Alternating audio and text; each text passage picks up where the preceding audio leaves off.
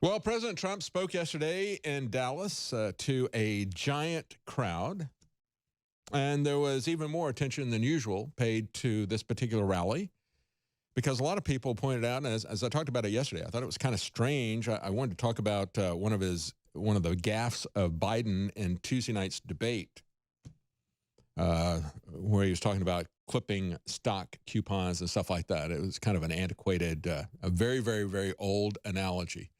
Uh, that really didn't touch base with anybody, but I thought that was kind of funny. But as I looked, the hashtags that were going out there about Biden, I saw this Biden 17 slip.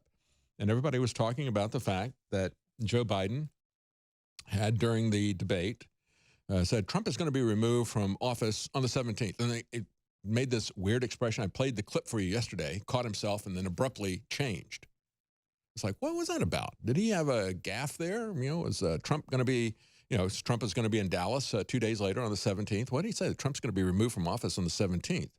And then it really did look like it was not intentional. It did look like it was intentional when Nancy Pelosi at a press conference is rubbing her bracelet. Oh, look at this bracelet that was given to me. It's got bullets on it, and it's a color of orange. And, orange is the color of gun violence. You hear that, President Trump? I mean, that looked like that was being put out there as a not-so-veiled threat. And, of course, Tom Arnold also tweeted out, he said, don't get too cocky, traitor, talking about the Dallas rally. They showed up for JFK, too. So when President Trump was talking about the large crowds that were coming to hear him in Dallas, he says, don't get too cocky. They showed up for JFK, too. So we got a lot of veiled threats, not so veiled threats, and gaffes that are happening. And so we talked about that. Best way to stop something like that from happening is to expose it, to get it out in the open, to basically blow the cover. So did Biden do that accidentally, or what's going on with that? Nevertheless, Alex Jones went to the Trump rally in Dallas in an armored vehicle. You can see the link to it on the Drudge Report earlier this morning. Here's what a little bit of that looks like. Let's play that clip. The deep state is openly saying they're going to try to assassinate President Trump. Hands off our president, globalist traitors, and Chi-Com collaborators. You will not get control of America again. America is aware of your treason, and America is awake, and America is involved, and America is rising. Okay, and of course, Nancy Pelosi, and talking about impeachment, said the voters are not going to decide this impeachment issue. I keep saying to people about impeachment, it's just any other issue you have. Disapproving of the way that the president has dealt with Syria, whatever the subject is, reluctance, the cowardice to do something about gun violence, or our dreamers, or our transgender people, or the denial about climate crisis. It goes on. Okay, so, that's the election. We don't really care about that, but, we do care about these issues, and we're going to remove him from office, and you're not going to have anything to say about it. I mean, it really is about the issues, and it is about creating a situation where they assassinate President Trump's character if they don't assassinate him physically. They want to try to take his popularity down, and I think a big part of this is we look at the control that they've been allowed to exert over news and over social media. I mean, that is against every aspect of your free speech. The free press is out there because the public has a right to be able to see and hear information that people who spend their time full time looking at the landscape, looking at what is happening. We look at this every day.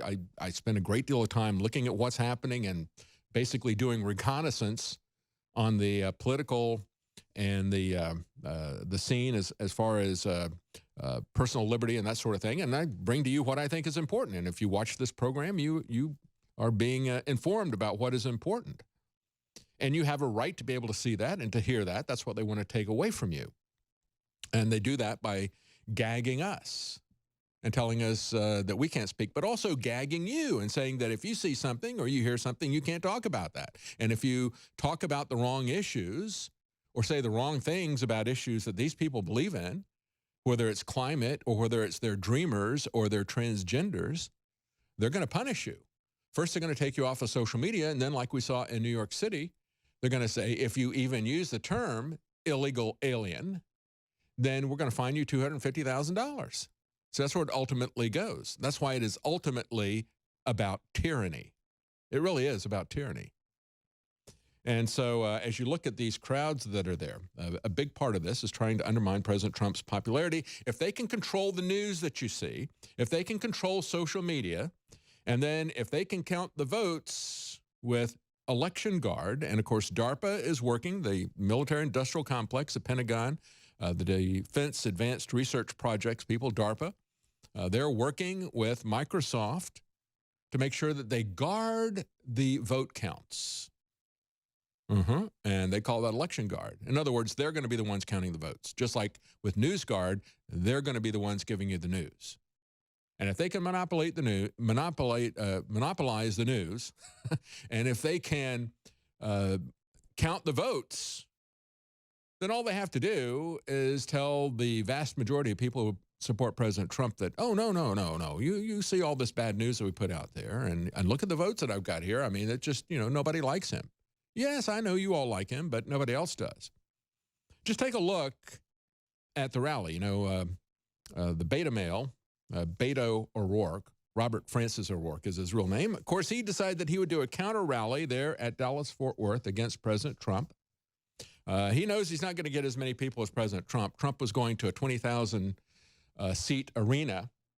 So the beta male decided that he would hold his counter rally at an arena the theater at Grand Prairie that holds 6,300 people. So, less than a third of what President Trump was going to hold.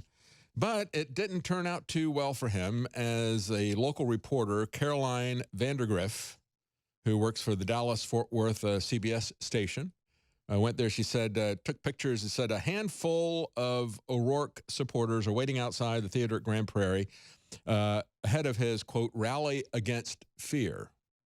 It's a counter rally to President Trump's event in downtown Dallas. Well, previous to that, she had posted a time-lapse video for people lining up and camping out to get into President Trump's rally for over 20 hours earlier.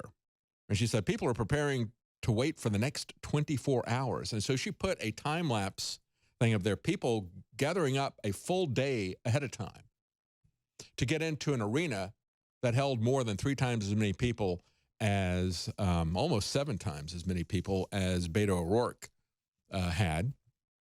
And, so you've got this situation, and only a handful of people are there at Beto O'Rourke. But if they can continue to come after President Trump, and they can control the news, and they can control, there's some of this time lapse there, and they can control social media, and they can count the votes, what do you think is going to happen? Now, we're all told that it's absolute chaos in Syria, the Kurds, and yet I began the program showing you the literal war that is taking place in Mexico, the drug war that we created along with the United Nations that's erupted into an actual warfare in Mexico. More people, it's more dangerous now than Syria is, but they don't want to talk about that. They want to use that, they'll ultimately use that to take away more of your freedoms. But the crowd there in Texas was very much behind President Trump when he was talking about bringing the troops home from Syria. The Texas rally crowd chanted, "Bring them home." In response, as President Trump said, American combat troops should not be at the center of ancient sectarian conflicts all over the world. Bring our soldiers back home. And that's when the crowd began chanting, USA, and bring them home. Yeah, let's bring them home to the USA. Let's put them on our border, because our border is more vital to defending this country than the border there between Turkey and Syria. And we'll talk more about that when we come back. Stay with us.